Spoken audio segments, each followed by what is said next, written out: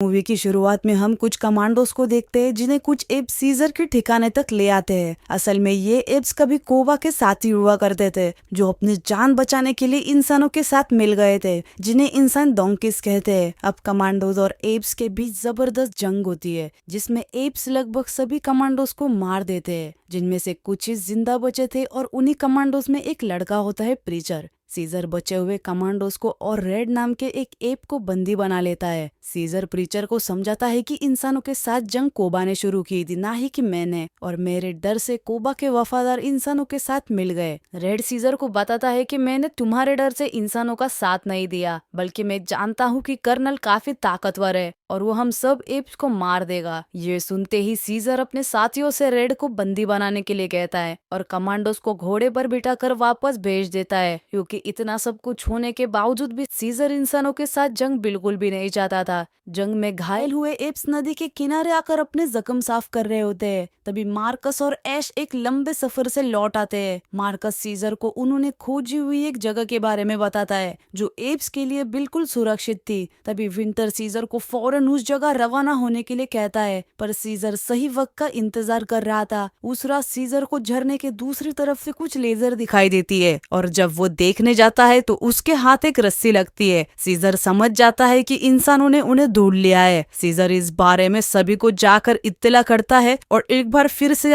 Apps और इंसानों के बीच जबरदस्त जंग होती है जिसमें कर्नल अपने काफी जवान खो देता है। तभी सीजर को अपनी वाइफ और बच्चों की याद आती है और जब सीजर उस जगह आता है जहाँ पर उसके वाइफ और बच्चे थे तो वह कर्नल होता है जिसने सीजर की वाइफ और मार्कस को सीजर समझकर मार दिया था। सीजर गुस्से में कर्नल को मारने जाता है पर कर्नल रस्सी के सहारे वहां से भाग जाता है। सीजर फिर से एक बार अपने मरे हुए बेटे और वाइफ के पास आ जाता है जहां वो अपने छोटे बेटे को देखता है जो उस वक्त कर्नल से बचने के लिए पत्थरों के पीछे छिप गया था। अगले दिन सीजर देखता है कि विंटर को छोड़कर वहाँ सभी एप्स मौजूद है। वो समझ जाता है कि विंटर ने हमसे गद्दारी की है, उसी ने कर्नल को हमारे ठिकाने के बारे में बताया। अब सीजर ऐश को सभी एप्स को लेकर सुरक्षित जगह ले जाने के लिए कहता है और खुद कर्नल से मार्कस और उसकी वाइफ की मौत का बदला लेने का फैसला करता है और सीजर अपने 3 साथियों के साथ निकल पड़ता है कर्नल की तलाश में, जहाँ आगे जाकर उन्हें एक घर मिलता है। तभी उनके सामने एक आदमी आता है जो उन्हें मारने ही वाला था, पर सीजर उसे मार देता है। वो सब घर के अंदर आते हैं जहाँ उन्हें कुछ भी नहीं मिलता सिवाय एक छोटी बच्ची के जो बोल नहीं सकती थी। मॉरिस सीजर को बताता है कि इस बच्ची को हमें अपने साथ ले जाना होगा।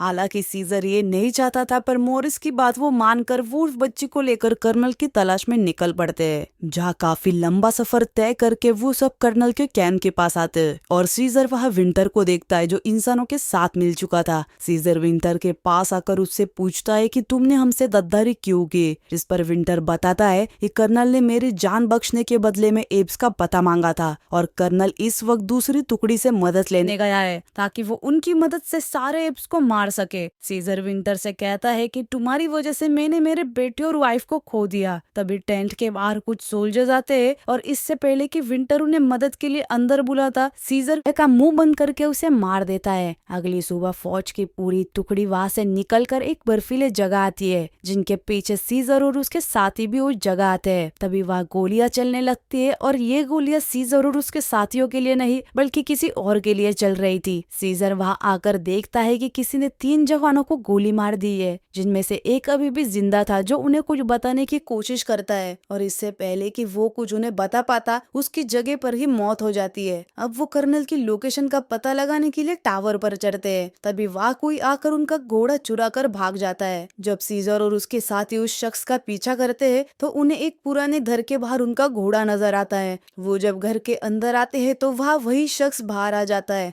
जो कोई इंसान नहीं बल्कि बैड नाम का एक एप होता है जिसने उस घोड़े को इंसानों का घोड़ा समझकर चुराया था। बैड उनके लिए कुछ खाने के लिए लाता है, जहाँ सीजर उस खाने के पैकेट को देखकर समझ जाता है कि ये उसी मिलिट्री कैंप का खाना है जहाँ उन्हें जाना था।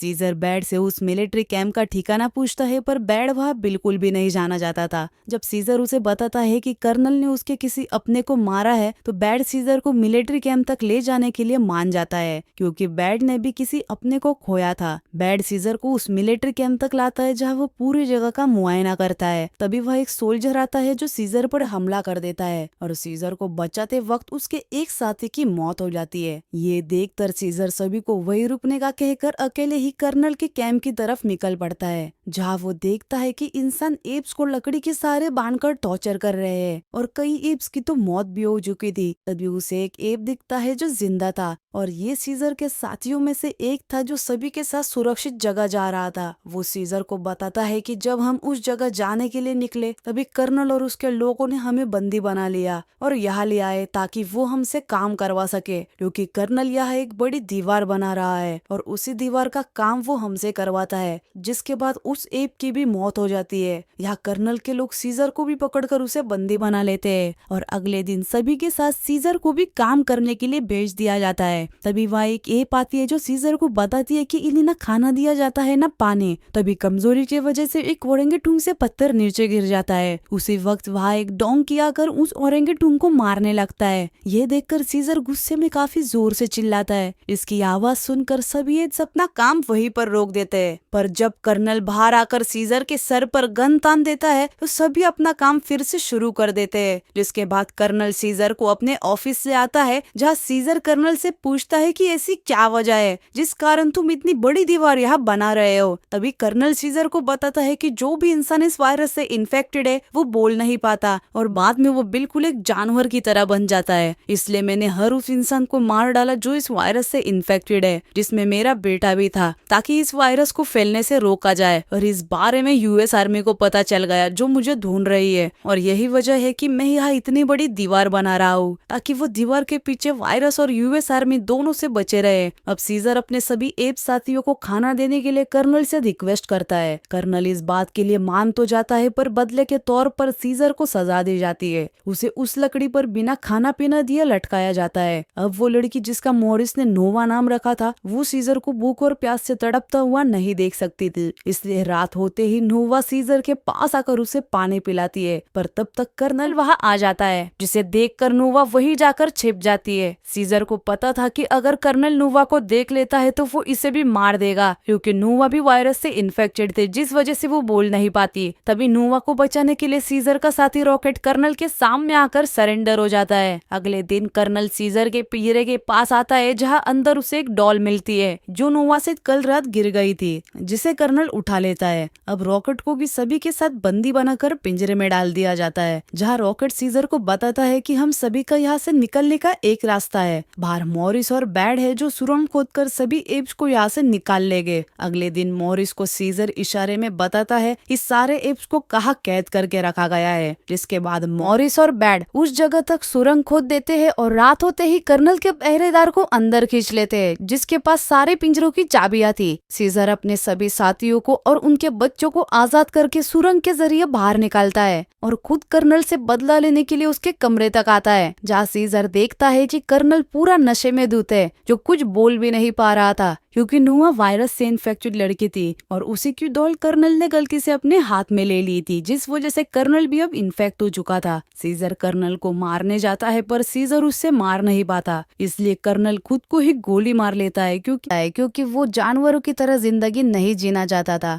अगले दिन कर्नल की टुकड़ी पर यूएस आर्मी हमला कर देती है, और वही दूसरी तरफ सारे एप्स वहाँ से निकल रहे थे, पर कर्नल का एक जवान एप्स को भागते हुए देख लेता है, और सभी एप्स पर गोलियां चलाने लगते हैं, जिसमें काफी सारे मासूम एप्स मारे जाते हैं। सीजर ये सब कुछ देख रहा था, इसलिए उन्हें रोकने के लिए सीजर वहाँ मौजूद एक फ्यूल टैंक को उड़ाने का सोचता है, ताकि उस धमाके से लगभग कर्नल की पूरी फौज मारी जाए। तभी प्रीचर वहाँ आकर सीजर पर हमला कर देता है, और ये वही जवान था जिसकी की जान सीजर ने बख्शकर उसे वापस भेज दिया था। तभी इंसानों का साथ देने वाला डोंकी जिसका नाम रेड है वो सीजर को एड्स के लिए लड़ते हुए देख अपना मन बदल देता है और प्रीचर को वो मार देता है। ये देखकर कर्नल का दूसरा एक जवान रेड को उनसे बगावत करने के लिए गोली मार देता है। अब सीजर को मौका मिलता है और वो फ्यूल टैंक को ब्लास्ट करके वहां से हट जाता है, जिसमें लगभग कर्नल की पूरी फौज मारी जाती है। अब वह हथियारों से लैस कुछ और लोग आते हैं जिनमें से एक सीजर को देख लेता है और इससे पहले कि वो सीजर को कुछ नुकसान पहुंचाते, सीजर ने किए हुए धमाके से पहाड़ से बर्फ खिसकने लगती है। इसलिए सारे एप्स जान बचाने के लिए नूवा को साथ लेकर पेड़ पर चढ़ जाते हैं और यहाँ बर्फ में दबकर सारे के सारे इंसान मारे जाते हैं। लंबे समय से हो रही जंग के बाद सारे चैन की सांस लेते हैं और मॉरिस सीजर के पास चला आता है। मॉरिस जानता था कि सीजर की हालत काफी खराब है और उसके घाव को देखकर मॉरिस सीजर से वादा करता है कि तुम्हारे बेटे कॉर्नेलियस को जरूर पता चलेगा कि सीजर कौन था और उसने एप्स के लिए क्या किया था। अब सभी एप्स को नया घर मिल जाता है और सीजर को हुए घाव और खून बहने के कारण सीजर वही अपना दम तोड़ देता है, जिसके साथ ये फिल्म यहीं पर एंड हो जाती है।